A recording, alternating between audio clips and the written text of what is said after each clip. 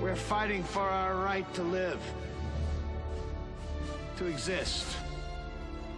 And should we win the day, the 4th of July will no longer be known as an American holiday, but as the day when the world declared in one voice, we will not go quietly into the night. We will not vanish without a fight.